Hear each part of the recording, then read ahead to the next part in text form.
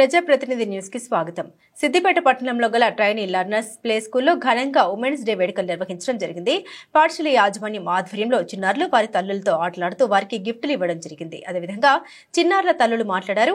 Women's day నిర్వహించడం చాలా అభినందనీయమని, ఇలాంటివి నిర్వహించడం వల్ల పిల్లల్లో చిన్నప్పటి నుండే పెద్దల పట్ల, స్త్రీల పట్ల, సమాజం పట్ల గౌరవం పెంపొందడం జరుగుతుందని చాలా సంతోషాన్ని వ్యక్తం చేయడం జరిగింది. ఈ కార్యక్రమంలో పాల్గొన్న ఆమని జిల్లా రెగ్యులర్ గా తన కొడుకు ఈ ప్లే స్కూల్ కు వెళ్తున్నాడని, ఈ స్కూల్ చాలా అద్భుతంగా ఉందని, ప్రిన్సిపల్ లక్ష్మీ భవానీ మేడం చిన్నారులందరినీ చాలా అద్భుతంగా చూసుకుంటుందని కొనియాడారు. School principal Lakshmi Bhavani madam మాట్లాడుతూ, మా ప్లే స్కూల్లో చిన్నారులకు ప్రతి కార్యక్రమం నిర్వహిస్తూ దానికి సంబంధించిన విషయాలు చెబుతూ వారికి చిన్నప్పటి నుండే మంచి విషయాలపై అవగాహన కల్పిస్తూ ఉంటామని తెలిపారు. ఈ కార్యక్రమంలో విజయవంతం చేసిన చిన్నారులకు, వారి మాతృమూర్తులకి మరియు టీచర్లకి అభినందన తెలిపారు. భవానీ మేడం నిజంగా ఈ స్కూల్ రన్ చేయడం అనేది చాలా గ్రేట్ అండి. అంటే మేము ఇంట్లో పిల్లల్ని చూసుకోవడానికి ఒక్కొక్కసారి చిరాకు పడతాం. అట్లాంటి ఒక 40-50 మంది పిల్లల్ని, చిన్న పిల్లల్ని హ్యాండిల్ చేయడం అనేది నాటే జోక్ అసలు. అండ్ మేడం అనడానికంటే కూడా మేడం ఎక్కువ అక్క నిలుస్తా, చాలా మంచిగా క్లోజ్ ఉంటుంది, చాలా మంచిగా చెప్తుంది. నేను మేలు ఏడుస్తున్నాయి ఆ స్కూల్ పంపియను మేడం అని చెప్తే కూడా అట్లా ఉంటుందా, మేము చూసుకుంటాం, మా బాధ్యత వాడి గురించి అని చెప్పేసి మేడం స్కూల్ తీసుకొచ్చేలా చేసింది కూడా భవానీ మేడం. నిజంగా thank you so much madam. And next time madam గురించి స్కూల్ కి సంబంధించిన లాగా కూడా ఖచ్చితంగా తీస్తా ఒక రోజు. అండ్ ఇంతతో స్పీచ్ ముగిస్తున్నాను. Thank you madam. సో మనం పిల్లల్ని మార్చుకోవాలి అంటే ముందుగా మనం ఏం చేయాలి? ఫస్ట్ యాజ్ అ పేరెంట్ గా మనం కరెక్ట్ గైడెన్స్ ఇవ్వాలి. టీచర్ కొట్టింది అన్నప్పుడు ఆ పిల్లవాడు వచ్చి చెప్పినప్పుడు, అరే ఏదో మిస్టేక్ చేసినవరా, మిస్టేక్ చేస్తే మీరు టీచర్ కొట్టింది దాన్ని సర్దిద్దుకో అని చెప్పేసి ఆ పిల్లవాడి దగ్గర.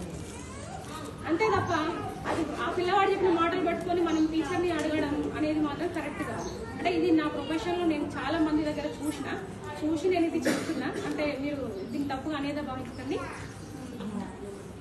And very thankful to you madam గారికి. చాలా హ్యాపీగా ఉంది. అందరం mothers. First of all women's కన్నా ఫస్ట్ మదర్స్ కి ఎక్కువ వాల్యూ ఇస్తాం.